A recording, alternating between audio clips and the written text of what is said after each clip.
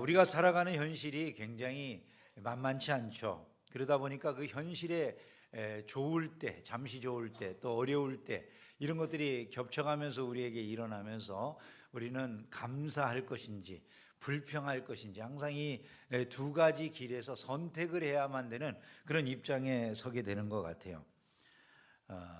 여러분들은 감사를 선택할 때가 많으세요? 불평을 선택할 때가 많으세요? 최규상이라고 하는 사람은 그래서 이렇게 말을 한 걸 봤어요. 이 사람은 유머 운동가인데요. 행복의 반대말은 불행이 아니다. 행복의 반대말은 불행이 아니라 불평이다. 이렇게 말을 해놨더라고요. 그리고 불평하면은 행복하지 않고, 행복하면 불평하지 않는다는 거죠. 사람이 행복한 사람이 불평하는 일이 없는데 우리는 행복하지 않기 때문에 불평하는 일이 많은 거다. 이제 이런 이야기를 하는 것 같아요. 항상 불평의 주파수에 자기의 생을 맞추고 살아가는 사람들이 있어요. 어떤 사람들은 행복의 주파수에 이렇게 초점을 맞추고 감사하며 사는데 어떤 사람들은 정반대인 것이죠. 이렇게 살아가는 사람들에게 오늘 말씀은 감사로 제사를 드리는 자가 하나님을 영화롭게 한다. 이렇게 말씀하면서 감사해야 된다라고 하는 걸 교훈하는 거예요. 근데 감사를 하는 게 왜 우리에게 중요하냐 하면 감사가 우리의 삶에 희망을 주기 때문인 거예요. 절망이 많은 세상 한가운데서 감사가 희망을 주기 때문이다. 감사가 절망을 이기는 희망이 되는 무슨 이유가 있냐? 감사한다고 해서 어떻게 절망이 사라지거나 뭐 거기에서 희망을 갖게 될 특별한 이유가 있느냐? 이런 생각이 드실 수 있을 거예요. 근데 감사하면 왜 정말 절망을 이기고 희망으로 나아갈 수 있게 되는가? 첫 번째는 감사하는 사람들은요, 관점이 다르기 때문이에요. 감사하는 사람은 관점이 다른 거예요. 자, 감사로 제사를 드리는 자가 나를 영화롭게 한다. 이렇게 말씀했어요. 아니, 감사하는 거하고 하나님을 영화롭게 하는 게 무슨 상관이 있을까요, 여러분? 감사하는 거하고 하나님을 영화롭게. 사실 내 생활은 너무나도 그냥 여러 가지 어려움과 현실적인 그 부대낌이 있어요. 그런데 그냥 그럼에도 불구하고 하나님 앞에 감사하라고 했으니까 감사로 제사를 드려야 되겠어. 그래서 감사를 한다고 해서 하나님이 영광 받으실 게 뭐가 있죠? 거기에 어떤 논리적인 연결점이 있나요? 내가 지금 현실적으로 그냥 감사할 상황이 아니에요. 감사할 상황이 아닌데 그럼에도 불구하고 내가 감사를 하면은 그것이 하나님을 영화롭게 한다는 거 아니에요. 그죠? 하나님을 도대체 내가 감사하는 거하고 하나님이 영화롭게 되는 거하고 무슨 상관이 있을까? 내 현실이 아주 꼬라지가 말도 아닌데 하나님을 갑자기 그 현실에도 감사만 하면 영화롭게 된다. 이런 말이 논리적인 어떤 연관성이 있어 보이세요, 여러분? 별로 그렇게 논리적인 연관성이 없어 보인다고 생각이 될 수도 있잖아요. 근데 거기에 우리가 묵상해야 될 주제가 던져지는 거예요. 내가 감사하는 것과 하나님이 영광을 받으시는 것 사이에 어떤 논리적인 연관성이 있으니까 말씀할 거 아니겠어요, 그죠? 근데 감사가 나오려면 어떤 그 상황 속에서 감사가 나올 수 있는가? 그걸 우리가 생각을 해야 되죠. 자, 우리는 조건적인 감사에는 누구나 다 익숙해요, 그죠? 그러니까 뭐가 잘 되면 감사하는 거 누구나 할 수 있죠. 다 하고 싶은 마음이 들 거예요. 내가 복 받으면 감사, 돈 벌면 감사, 승진하면 감사, 이번에 대학 입시 결과가 좋게 나오면 감사, 이런 거 다 할 수 있죠, 그죠? 근데 우리는 그거에는 익숙해요. 그리고 그것이 나쁜 것도 아니에요. 근데 문제는 뭐냐면 조건적인 감사에 익숙해 있는 우리들은 반드시 뭐가 문제가 되냐면 안 좋을 때가 있잖아요, 인생을 살다 보면. 안 좋을 때는 그러면 반드시 조건적인 부분이 충족 안 되니까 감사 못할 일이 생기는 거잖아요. 근데 하나님께서 감사로 제사를 드리라고 하는 그 말은 어떤 조건이 좋을 때만 감사로 나와서 제사를 드리라는 걸까요? 아니면 범사에 감사하면서 제사를 드리라는 얘기가 될까요? 범사에 감사함으로써 예배를 드려야 매 순간 예배가 하나님을 영화롭게 하는 예배가 된다는 거 아니에요? 내가 불평하면서 나와서 예배 드리면 하나님께 영화가 된다, 안 된다?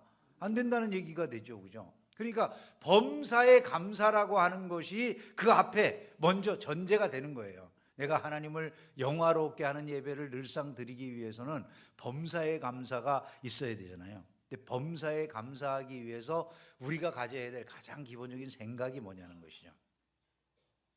그건 다른 것이 아니라 내가 이 지상에서 누리는 모든 것들이 다 하나님의 은혜로, 임대로 하나님의 것을 누리는 것이다라고 하는 점을 알 때 우리가 감사하게 된다는 거예요. 한번 여러분 생각을 해보세요. 내가 이거 내 것을 가지고 있는 내 것이 내 원하는 대로 충족이 안 된다고 생각하면 불평할 게 늘 나오게 돼 있어요. 근데 내가 범사에 감사하려고 한다면은 이거 보통 어려운 일이 아니에요. 범사에 어쨌든 내가 감사하려고 하면은 무엇이 충족돼야 되냐면 내가 누리는 모든 게 공짜로 누리는 거인 거예요. 여러분들이 누리는 모든 것 하나님이 주셨다고 믿습니까? 진짜로 믿으세요? 확실하게 고백해 보세요. 우리 다 그런 고백 하잖아요, 그죠? 분명히 우리가 신학적으로 내 신앙이 그러합니다라고 하는 고백을 다 해요. 그런데 진실로 그러한가 우리의 삶을 한번 돌아보세요. 만약에 그렇다면 내가 누리는 모든 게 진짜 공짜로 얻은 거잖아요. 자, 내가 추위가 있는 세상을 살아가는데 어떤 분이 나에게 아주 공짜로, 야, 당신 지금 당장 이 밖에서 얼어 죽게 생겼으니까 여긴 비록 좀 누추하긴 하지만 저 오두막 같은 곳 그래도 여기 공짜로 내가 내주니까 이거 쓰세요. 그러면 그거 고마울까요? 에이씨, 이따 걸 주었어. 이렇게 생각할까요? 어떻게 생각할 것 같으세요, 여러분?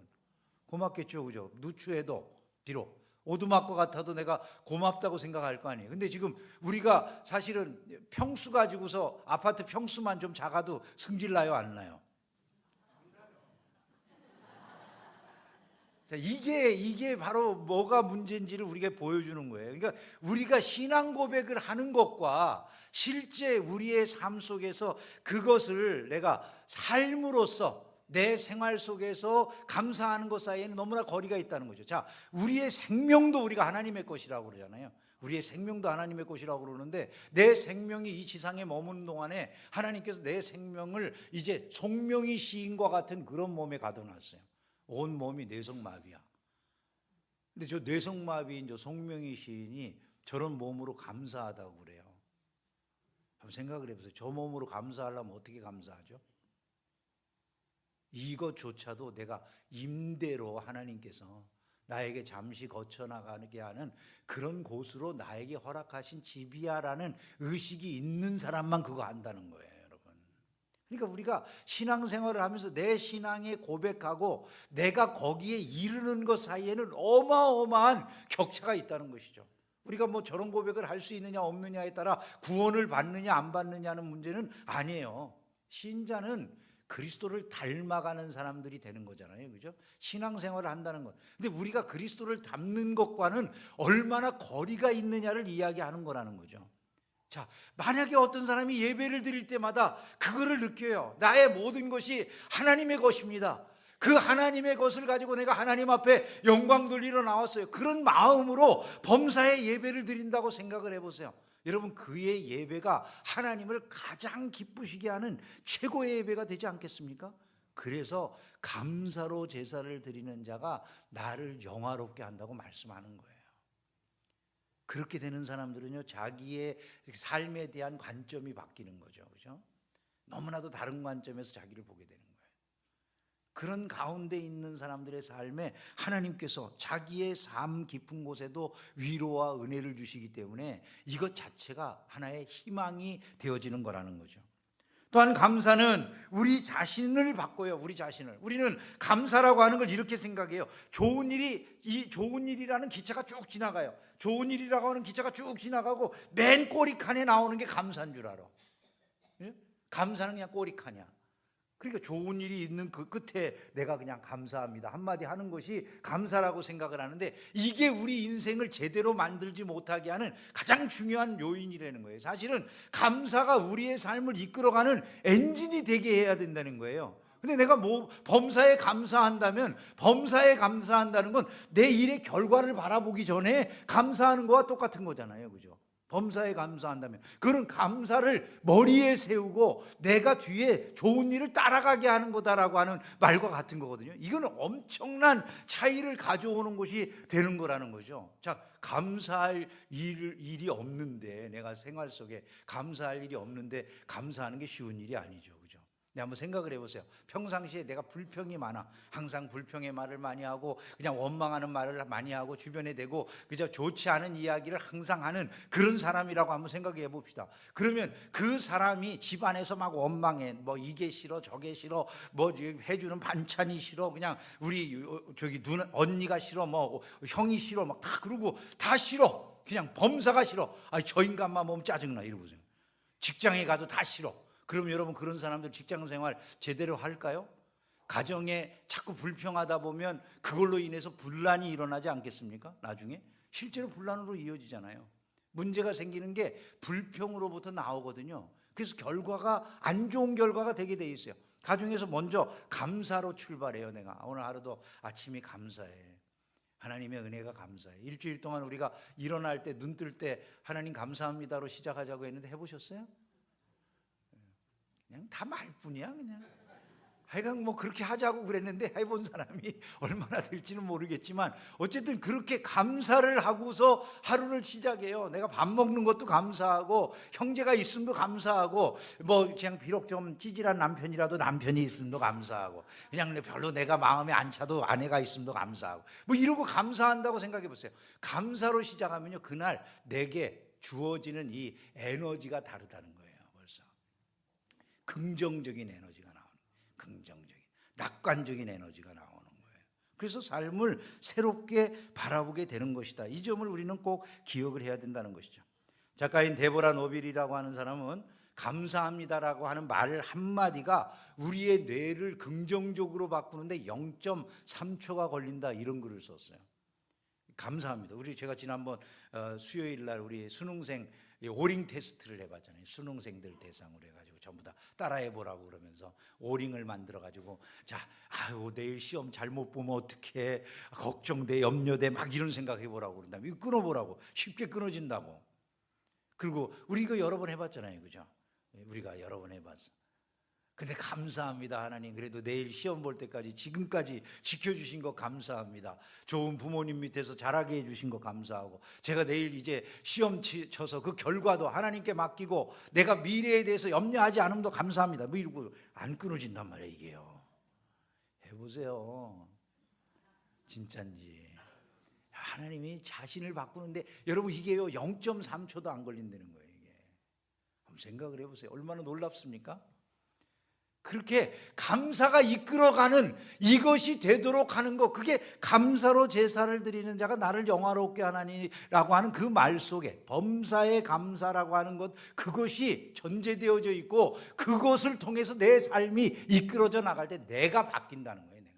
거기에서 희망이 우리에게 주어지는 건 당연한 일이다. 이 점을 우리가 알아야 된다는 것이죠. 뿐만 아니라 감사는 우리의 상황도 바꾸는 거예요. 자, 예수님이 오병이어를 놓고서 먼저 감사하셨어요. 그죠?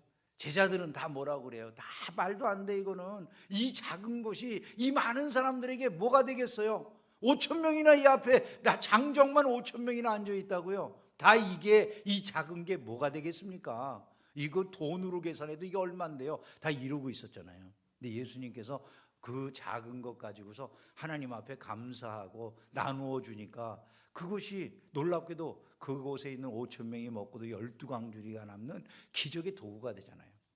바울과 실라가 옥중에서 찬양하고 하나님 앞에 영광을 올리며 기도했잖아요. 감사할 수 없는 상황인데 먼저 감사를 했잖아요. 감사할 수 없는 상황인데 감사하니까 어떤 결과가 벌어졌다고요? 옥문이 열리고 그 모든 곳에 착고가 풀어지고 간수가 그 고문하고 때리고 그러던 간수들이 회개하고 변화를 받고 그 온 가족이 구원받는 역전의 역사가 일어난 줄로 믿습니다. 바로 이것이 감사의 능력이라는 것이죠. 말씀을 정리하겠습니다. 여러분, 우리는 감사가 우리의 삶을 희망으로 바꾸는 절대적인 능력이 된다는 것을 오늘 말씀을 통해서 생각해 본 거예요.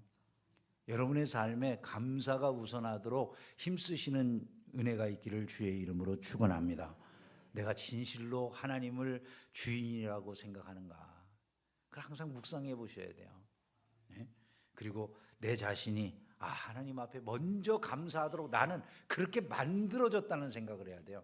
불평하고 원망하면 내 삶이 그걸로 인해서 어려워지는 거구나. 감사하면 오히려 내 삶이 나아지는 거구나. 이렇게 하나님이 우리를 지으실 때부터 그렇게 DNA를 만들어 놓으셨겠구나. 이런 생각을 좀 할 필요가 있다는 것이죠. 그리고 우리의 손을 들어서 하나님 앞에 감사할 때 역전의 기적이 일어나고 상황이 바뀔 수 있구나. 이런 생각을 하시면서 하루하루 승리하는 복된 성도들 되기를 주의 이름으로 축원합니다.